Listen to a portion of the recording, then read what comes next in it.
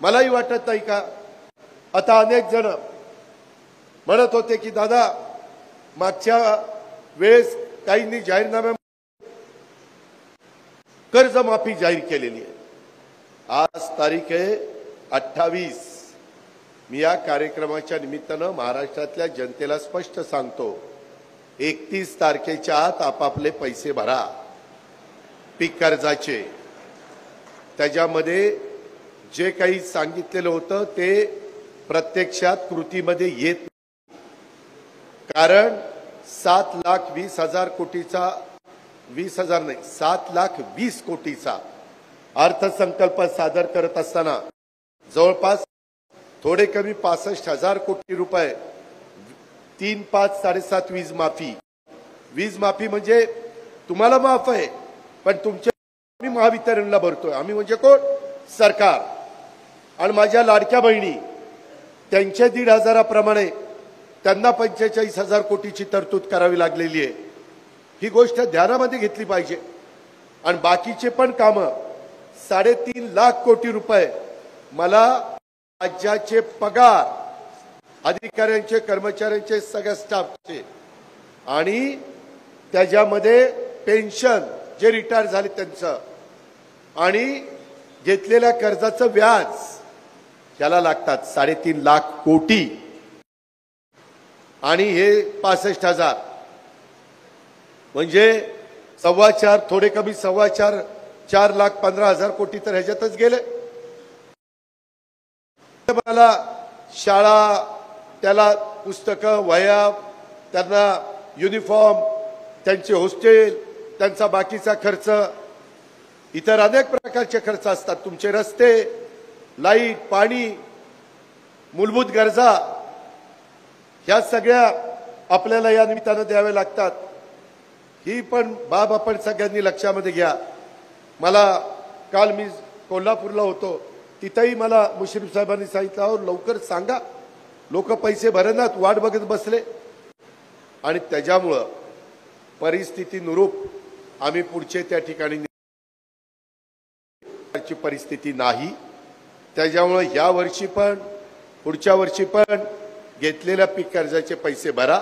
मी मात्र एक केलं, जे पीक कर्जाच्या करता 0% व्याजा करता तुम्हाला जी मदत व्हायला पाहिजे आणि बँकेला त्यांचे जे काही टक्के भरावे लागतात ती सगळी रक्कम जवळपास 1,000 ते 1,200 कोटी रुपये आहे, ती मी बँकांना पास ऑन केलेली आहे। मी म्हणजे मी एकटा माझ्यावर नाही, मी देवेंद्र राऊतांनी, नाहीतर तुम्हाला वाटायचं हे काय मी करत चाललेलं आहे, तिघांनी मिळून ते केलेलं आहे।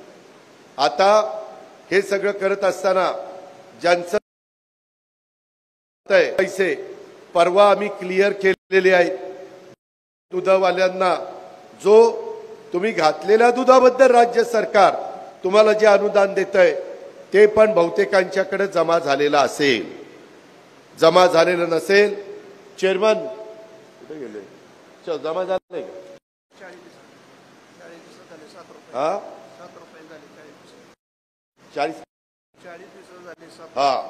40 दिवसाचं 7 रुपयांनी पैसे जमा केलेले आहे। अजून काही जाहीर केलेलं राहिलं असेल तर ते पण त्या ठिकाणी करून देईल। मी त्याचा हिशोब दुग्ध विकास खात्याला मागितलेला आहे आणि त्या पद्धतीने तेही आम्ही करू। त्याच्याही बद्दल तीळमात्र शंका मना माझ्या शेतकरी बांधवांनी दूध उत्पादक शेतकऱ्यांनी माझ्या मायबाऊलींनी करू नये अशा प्रकारची विनंती मी या निमित्तानं त्यांना त्या ठिकाणी करू इच्छितो। मित्रांनो, एकंदरीतच आपण जे काही भाव दिला 23 शेतकऱ्यांनी 3 वर्ष नियमित कर्ज भरण्याचा सल्ला उपमुख्यमंत्री तथा अर्थमंत्री अजित पवारांनी दिलाय। राज्याला आर्थिक शिस्त लागणं गरजेचं असल्याचं देखील ते म्हणाले। बारामतीमध्ये एका कार्यक्रमात ते बोलत होते, तर यावेळी शेतकरी कर्जमाफी होणार की नाही असा प्रश्न विरोधक आता विचारू लागलेत।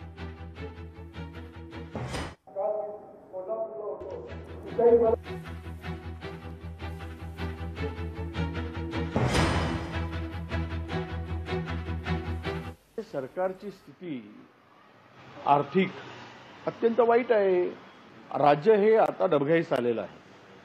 आणि म्हणून ज्या योजना निवडणुकीच्या तोंडावर आणून या राज्याची अर्थव्यवस्था खिळखिळी केली आणि म्हणून आता दिलेल्या आश्वासनाचा विसर या सरकारला झाला आहे. या सरकारची नियतच नाही मुळात द्यायची, ते देऊ शकत नाही. फक्त मतं घेण्यासाठी केलेला हा एक जुमला होता. एकदा सरकारनं बोलून टाकावं की आम्ही जुमला केला आणि तो जुमला होता, आमची नियत नाही ना आमची अवकात नाही द्यायची, सांगून टाकावं शेतकऱ्यांना. अर्थसंकल्पावर आलेला भार ज्या प्रमाणात वाढलेला आहे त्या अनुषंगाने कदाचित अजितदादांनी शेतकऱ्याची कर्जमाफी होणार नाही अशी घोषणा केलेली आहे. मला वाटतं ह्या सर्व गोष्टी ह्या जर एकत्रित बसून चर्चा करून जर हा निर्णय घेतला असता तर तो योग्य झाला असता. परंतु अर्थ खातं त्यांच्याकडे असल्यामुळं त्यांची असलेली कसरत त्या अनुषंगाने त्यांनी केलेलं ते विधान असावं.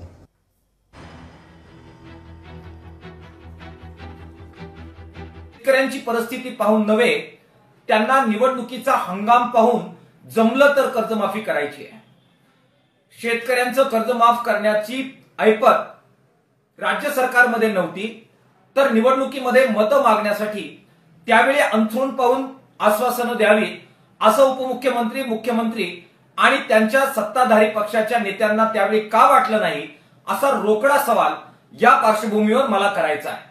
ज्या आधारावर तुम्ही सत्तेवर आले ते कर्जमाफीचं आश्वासन पूर्ण करावं, शेतकऱ्यांचा विश्वासघात त्यांनी आता तरी थांबवावा, अशा प्रकारचं आवाहन किसान सभेच्या वतीने आम्ही त्यांना करतो आहे. या सरकार जे आलं, तीन जे आहे त्यांचे भाजप आणि वेगळे दोन गट यांनी आपल्या जाहीरनाम्यात शेतकऱ्याची कर्जमाफी लिहिलेली आहे, सांगितलेली आहे.